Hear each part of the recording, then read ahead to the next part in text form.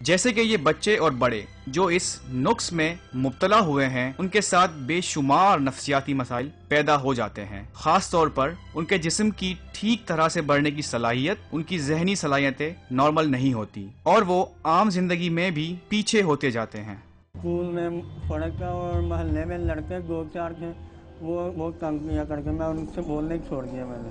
بہت ہوتا ہے، جیسے دوسرے بچے کھیلتے ہیں صحیح بولتے ہیں تو یہ سمجھتا ہے کہ میں بھی ان کی طرح بولوں، میری بات دوسرے سمجھ سکیں۔ بچے اس کو تنگ کرتے تھے، نقل اتار دیتے تو یہ روتی تھی گھر میں آ کے، اس لیے میں نے اس کو اسکول نہیں بھیجا۔ صرف ٹیوشن پڑھنے جاتی تھی، 12 پڑھ رہی تھی۔ جب وہ میرے پاس آئی تھی تو وہ اسکول نہیں جاتی تھی۔ اس کے تالو کا آپریشن ابھی ہوا تھا۔ وہ میرے پاس بولنے کی تھراپی کرنے آئی تھی۔ میں نے اس سے کہا آپ کیوں اسکول نہیں جا سکتی؟ تو وہ بولی کہ میں نہیں جانا چاہتی کیونکہ جو کہتی ہوں اسے دوسرے سمجھ نہیں پاتے۔ جب میں نے اپنا یہ سال شروع کیا ہے اسکول کی لائف، تو آواز کا مسئلہ تھا۔ کلاس میں جب میں جاتا تھا تو لڑکے مذاق وغیرہ اڑانا سمجھ نہیں آتی ہے صحیح، تو اس کی وجہ سے کافی ہیزیٹیشن ہوتی تھی۔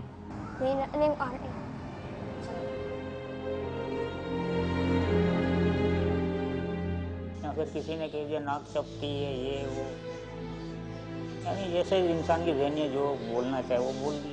اور جب اس نقص کے حامل بچے اسکول جاتے ہیں، علاج کے باوجود بھی بچے اور بڑے دونوں ہی ان کی دل آزاری کا باعث بنتے ہیں۔ ایک بار جا رہا تھا تو انہوں نے کسی نے کہہ دیا کہ ہوٹ کٹ ہے، یہ وہ۔ اب جو بچہ صحیح بول نہیں پائے گا وہ اسکول نہیں جائے گا، اسکول پڑھے گا نہیں، وہ جب وہ پڑھے گا نہیں تو بولے گا وہ کہیں جاب کے لیے کیسے ہوگا؟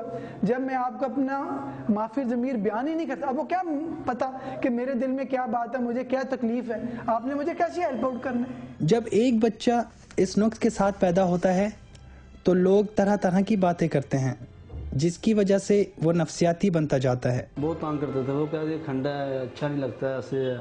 وہ مجھے آ کے ڈانٹتے تھے، بھائی یار ہمارے آپریشن کراؤ، بچے بہت تنگ کرتے ہیں۔ ابھی اتنی چھوٹی سی عمر میں ہم لوگ کہیں لے کر جاتے تھے نا، تو دوسرے جو چھوٹے چھوٹے بچے تھے وہ انگلیاں اٹھا کے اپنی ماں کو دکھایا کرتے تھے کہ دیکھو اس بچے کے کٹ لگا ہوا ہے۔ دل پہ کیا لینا، جو ہے وہ ہے، اب کیا کرے، چھپائیں گے تھوڑی، نہ مریں گے نہ چھپائیں گے۔ ان بچوں کو چھپنے کی کوئی ضرورت نہیں اور نہ ہی انہیں کسی کونے میں بیٹھنے کی ضرورت ہے، بلکہ ان کو دوست بنانا چاہیے، پڑھنا چاہیے۔ یہ ماں باپ ہی ہیں جو یہ احساس دلاتے ہیں کہ تمہیں کچھ ہو گیا ہے، تم نارمل نہیں ہو۔ یہ غلط بات ہے۔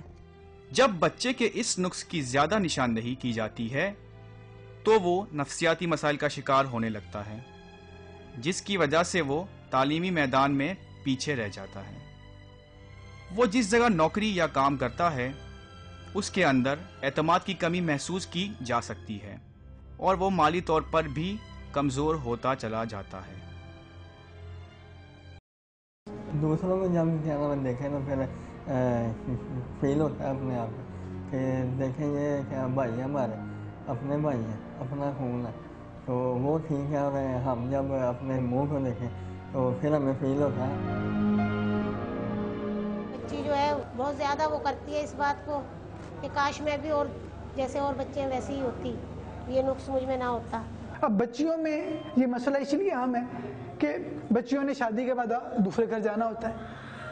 جب سے ہمارا میڈیا عام ہوا ہے، نفسا نفسی اور مادہ پرستی اتنی زیادہ بڑھ گئی ہے کہ ہم ہر چیز کو نا آئینے کے مطابق چاہتے ہیں کہ بالکل وہ اچھی ہونی چاہیے۔ جب ہم کیمپ کرنے جاتے ہیں تو بعض اوقات ایسی بچیاں آتی ہیں ان کا آپریشن پہلے ہو چکا ہے لیکن ان کے چہرے میں کوئی زیادہ امپروومنٹ نہیں ہوئی، تو ان کا آپریشن میں خاص طور پہ نیت سے کرتا ہوں کہ اس بچی کی شادی ہونے والی ہے۔ ہم جیسے لوگ تو کروا لیتے ہیں لیکن جو غریب لوگ ہیں وہ نہیں کروا سکتے۔ غریب لوگ یہ سوچتے ہیں کہ اس کا کوئی علاج نہیں ہو سکتا، ہم لوگ کیسے کروا سکتے ہیں وغیرہ وغیرہ۔ تقریباً 20 سے 30% لوگ ہی ایسے رہتے ہیں۔ اوکاڑا میں ہم نے ایک خاتون کا آپریشن کیا، 53 سال اس کی عمر تھی۔